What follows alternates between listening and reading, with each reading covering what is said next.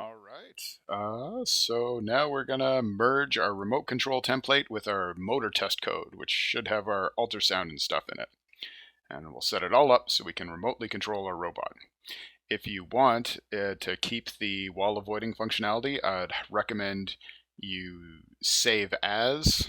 So why don't we do that right now? Just so we don't lose our previous guy. We can go to our motor test, and this guy follows walls great.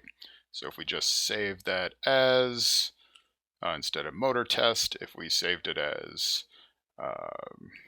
let's say, wall avoider, whatever.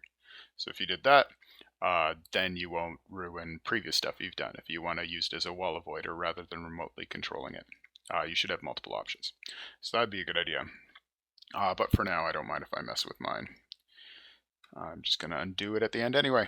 All right, so we basically just want to take everything from here and put it into motor test, and except for this thing, this fake forward method can stay just fine. We just want to move everything to the right spot. So right here, we've got a character that we need to initialize before setup and before loop, actually just before loop, outside of the other methods. So I'll copy that over, Control C, go to here, oops, go here, and then I can put it wherever. Why don't I put it right here? Perfect. And so we got that. And so then we go over to our remote control guy, and in setup we need our serial.begin. I forget if we had that before in motor test. Don't put it in twice because that won't help. Let's double check. Looks like we don't have it. So let's throw a serial.begin in so we can talk. And then we'll go back. And then we can cut all of this in and use it to replace. Hopefully you have stuff like this. I recommend a stop case too. I like using the space bar.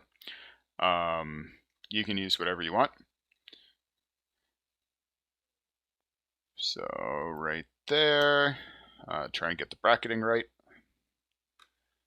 And then we go to motor test, and instead of our line following, or not line following, wall avoiding, we're just going to cut all that up and paste in our remote control code. Just like before, if we've been sent a byte, we make our incoming byte variable equal to the read. Oops, let's put a char. Actually, I think it works without the char, but whatever, not a big deal. And notice I switched it to WASD and got forward, back, left, right, and stop, and then the invalid character, depending on what was the last character sent. But I don't really want it starting and stopping. That's not going to be very smooth control. I just want to set the motors to a specific position and have them stay in that position unless I change the character, unless I put in a new character.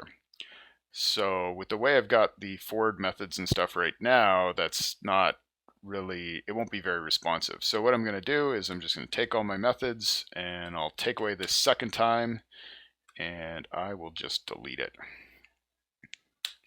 And then it just sets things the way I want them. And I can do that for right, I can do that for left, I can do that for forward, I can do that for back. Just delete the parameter because I don't want it. I just want to set my various pins right, so it'll continually do that until I tell it to do something else. It doesn't have to think. I will think for it. I will give it commands. One thing, I don't think we had a stop command. Hopefully you can figure out how to do a stop.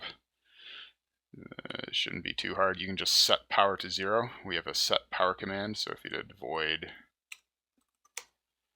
stop,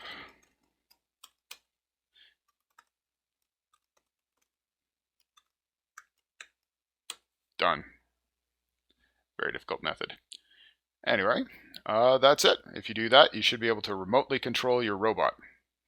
Test it out, lift your robot up, don't leave it on the table and try this out or you'll run it off and break it and it'll be terrible.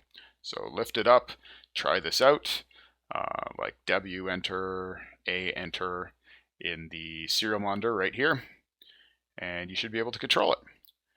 And that's pretty good for now. See you next time.